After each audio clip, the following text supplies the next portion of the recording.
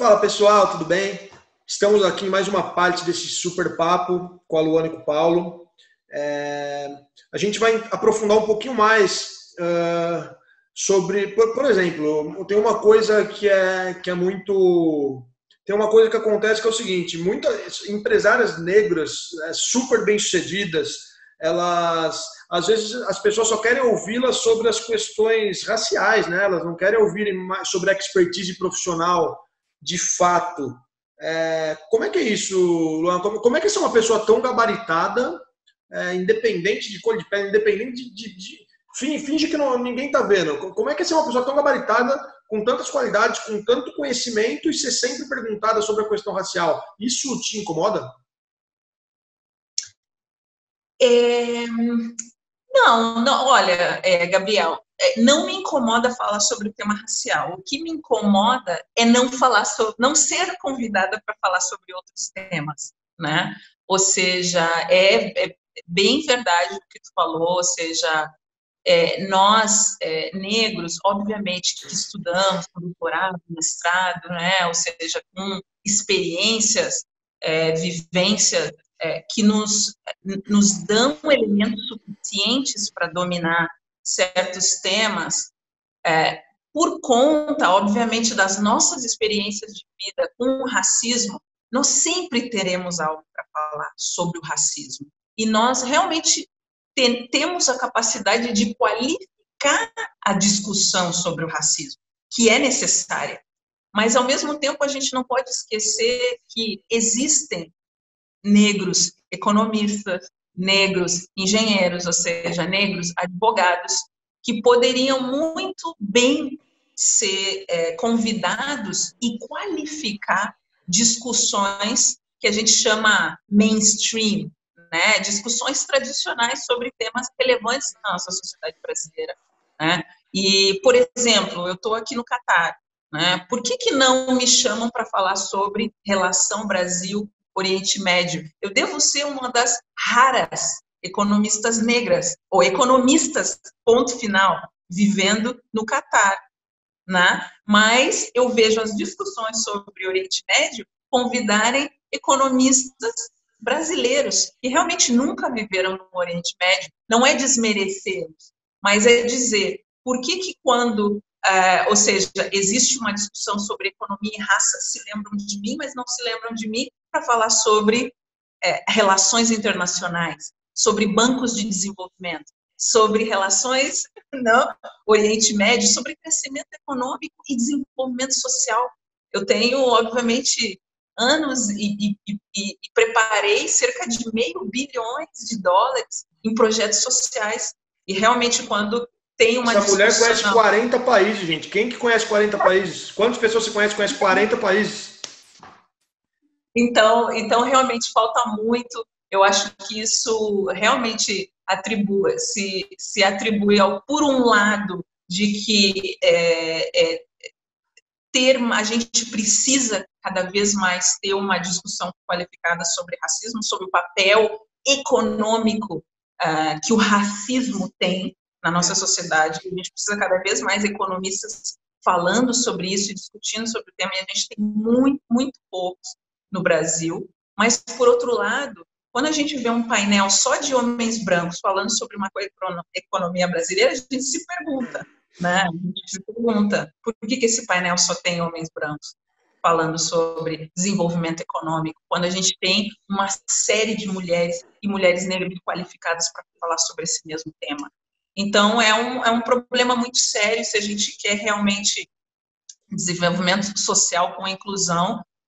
Quem está à frente dessas discussões mais mainstreams precisa se perguntar, né? Precisa buscar onde estão esses talentos diversos, onde estão essas cabeças pensantes que não são iguais às minhas.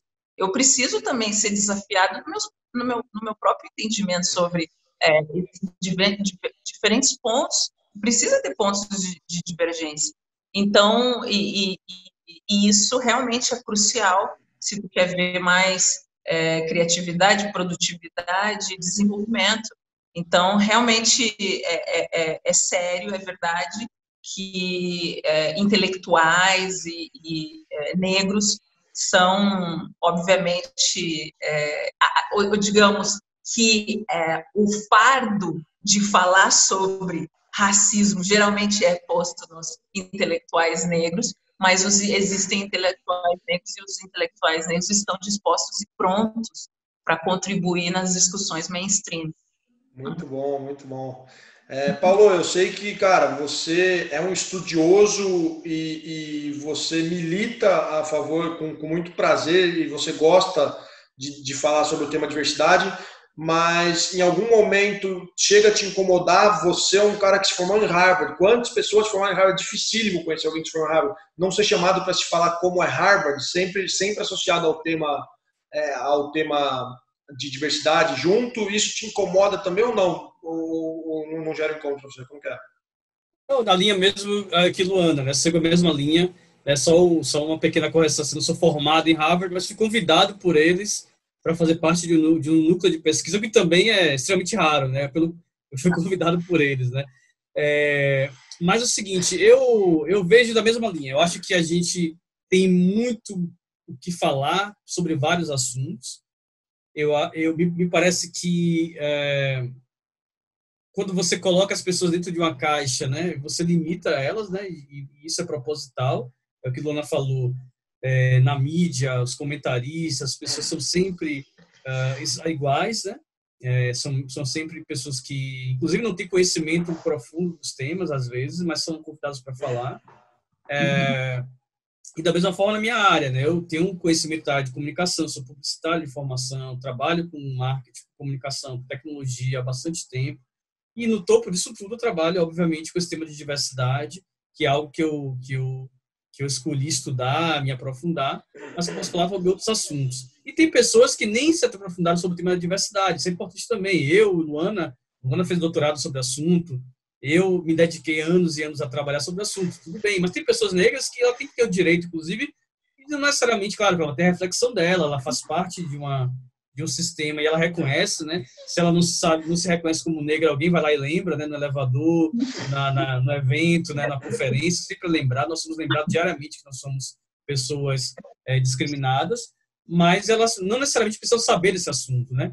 Isso outro dia vi até uma artista, uma cantora falando isso em uma emissora, ela falando assim: caramba, eu tô aqui, mas assim, eu sou cantora, eu não sou especializada na questão racial, eu não estudei, eu não fiz doutorado sobre esse assunto. Aí você me chama para dar entrevista para falar sobre esse assunto, sabe? Sabe? É um pouquinho demais isso. Então, a gente precisa chegar no nível que é um pouco dos Estados Unidos. Os Estados Unidos eles têm um nível de complexidade de pessoas, obviamente, especializadas nisso, intelectuais, que se colocam no debate público, e tem pessoas que estão fazendo estudo sobre física quântica, né? Somente. Então, pessoas estão só fazendo estudos sobre tecnologia, somente, né? E, claro, a gente vai chegar lá, obviamente, nós somos poucos, eu entendo isso, poucos no sentido histórico, né? Nós somos a primeira geração, né, Luana, provavelmente, que entrou na universidade como uma geração, né? Que antigamente a geração dos anos que tem mais de 40, 50 anos, era um que entrava aí, outro ali. Mais de 2000 para cá, principalmente de 2013, quando nós tivemos ações afirmativas no Brasil, aí sim que tem uma geração que entrou na universidade juntos. Claro, essas pessoas ainda nós somos novidades no debate público, eu entendo isso, mas a gente tem que começar a avançar nisso e dar a oportunidade de falar sobre qualquer coisa. Adoraria ver Luana falando sobre Oriente Médio e ponto, né? E sobre desenvolvimento econômico e pronto, né? Mas é isso, mas vamos chegar lá em algum momento, né? Mas eu realmente concordo 100% e eu acho que a gente precisa avançar. Que as distinções sejam feitas pela competência e só pela competência e pela profundidade que a pessoa tem no assunto, né? Eu só tenho um cuidado com esse assunto, porque eu acho que às vezes a gente fala assim, bom, é como se fosse assim, ó, a gente não quer falar sobre... tem uma linha tênue entre não falar sobre o assunto e só falar sobre o assunto, entende? Lógico, tem uma linha tênue aí, mas esse pensamento. Zero não, problema. Um exemplo, por exemplo, que eu dou por exemplo, quando eu entrei no Banco Interamericano, né, eu entrei querendo trabalhar com mercados financeiros. né? Eu entrei querendo atuar no departamento de mercados de capital e instituições financeiras, porque eu queria entender como é que se estrutura fundos de investimento com bancos de segundo piso, ou seja, bancos como o BNDES, como outros bancos de desenvolvimento, agências de fomento, né? E é um tema que, apesar de eu ter formado em economia, eu realmente não tinha experiência no setor financeiro, tinha experiência em microeconomia, em econometria, desenvolvimento social.